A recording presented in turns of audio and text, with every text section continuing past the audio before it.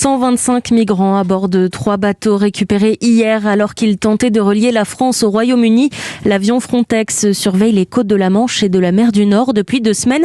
Objectif, intercepter ceux qui tentent la traversée. Aux commandes de l'avion suréquipé et basé à l'aéroport de Lille, un équipage danois que notre correspondant dans le Nord, Lionel Gougelot, a pu rencontrer. Un survol du littoral à 700 mètres d'altitude, radar et caméra à vision nocturne, des images retransmises dans la cabine de l'avion. C'est grâce à cet équipement ultra sophistiqué, raconte le pilote de l'appareil de Frontex, que 3 tentatives de traversée ont pu être empêchées hier matin. Grâce à nos caméras, on a pu les localiser rapidement et voir qu'il s'agissait de petits bateaux sur le point d'effectuer une traversée.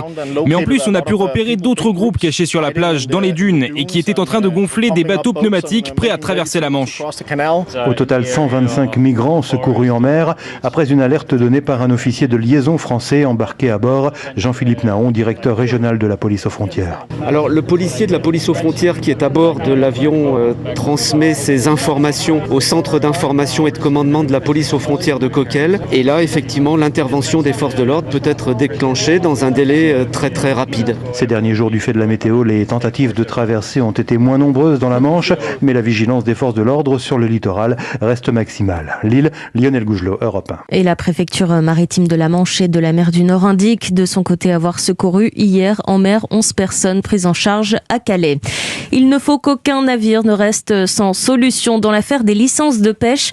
Les représentants des pêcheurs français sont reçus en fin de matinée par Emmanuel Macron, Annick Girardin, la ministre de la Mer, et Clément Beaune, secrétaire d'État aux Affaires européennes.